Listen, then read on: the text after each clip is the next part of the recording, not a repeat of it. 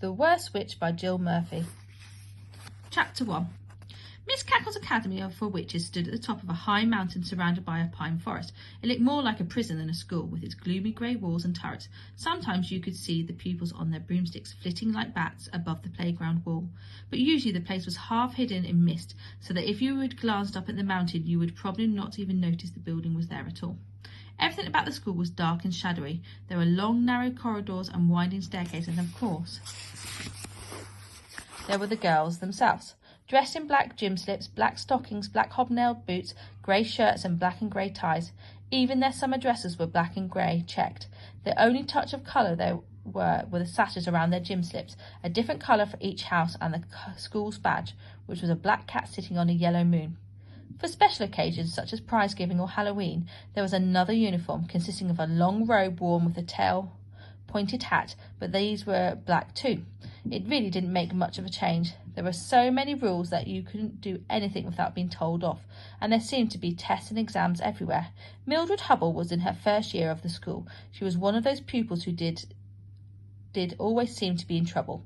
She didn't exactly mean to break the rules and annoy the teachers, but things just seemed to happen whenever she was around. You could rely on Mildred to have her hat on back to front or her bootlaces trailing along the floor. She couldn't walk from one end of the corridor to the other without someone yelling at her, and nearly every night she was writing lines or being kept in. Not that there was anywhere to go if you were allowed out. Anyway, she had lots of friends, even if they did keep their distance in the potion laboratory, as her best friend Maud stayed loyally by her through everything.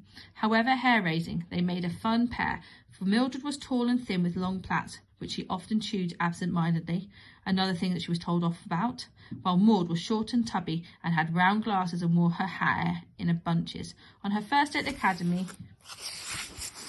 each pupil was given a broomstick and taught to ride it, which takes quite a long time, and it isn't nearly as easy as it looks. Halfway through the first term, they were each presented with a black kitten, which they trained to ride on the broomsticks. The cats weren't for any practical purpose except to keep tradition going. Some schools presented owls instead, but it was just a matter of taste. Miss Cackle was a very traditional headmistress who did not believe in any new fandangled nonsense, and trained her young witches to keep all the customs that they had been taught in her young days. At the end of the first year, each pupil received a copy of the Popular Book of Spells, a 3-inch thick volume bound in black leather. This was not really to be used, as there was already a paperback edition in the class for the classrooms. But like the cats, it was another piece of tradition. Apart from a yearly prize giving, there were no more presentations until 5th and final year, when most pupils were awarded the Witch's Hire certificate. It did not seem like Mildred would ever get that far.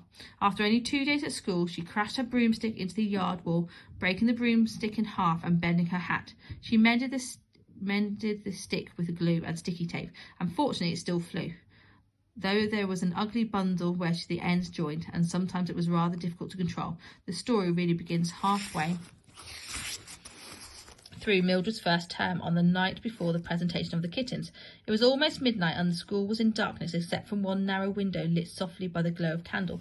This was Mildred's room, where she was sitting in bed, wearing a pair of black and grey striped pyjamas and dropping off to sleep every few minutes.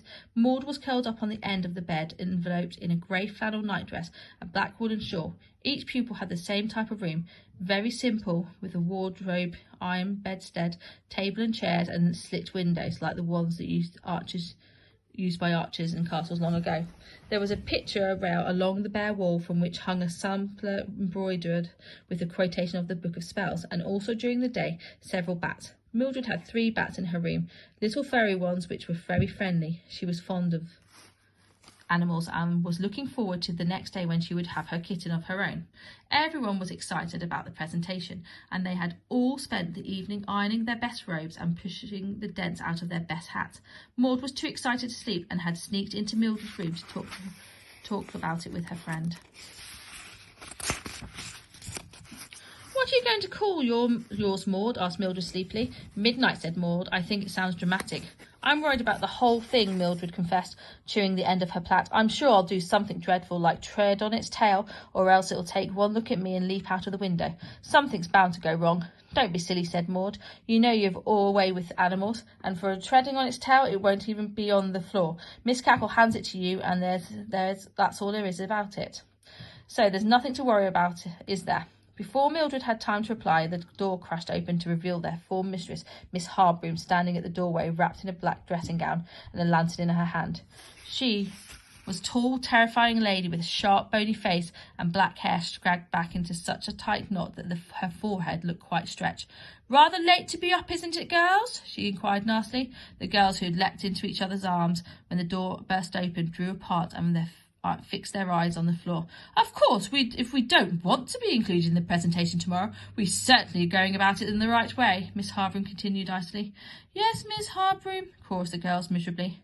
Miss Harbroom glared meaningfully at Mildred's candle and swept out into the corridor with Maud in front of her. Mildred hastily blew out the candle and dived under the bedclothes, but she could not get to sleep. Outside the window,